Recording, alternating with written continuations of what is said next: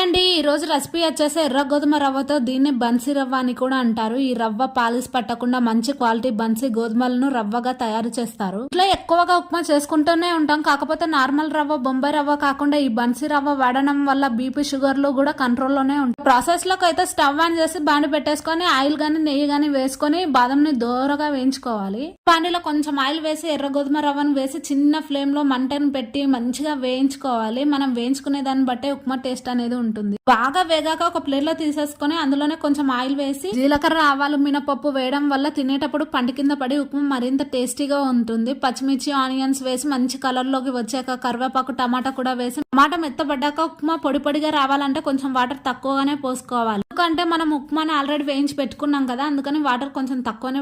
రుచికి సరిపడా ఉప్పు వేసి ఇంకా రవ్వను కూడా వేసేసుకొని లాస్ట్ లో కొంచెం కొత్తిమీర, జీడిపప్పు వేసుకొని ఇంకా దించేసుకోవడమే. ఈ విధంగా తినండి, హెల్త్ పరంగా చాలా మంచిది ఉంటారు.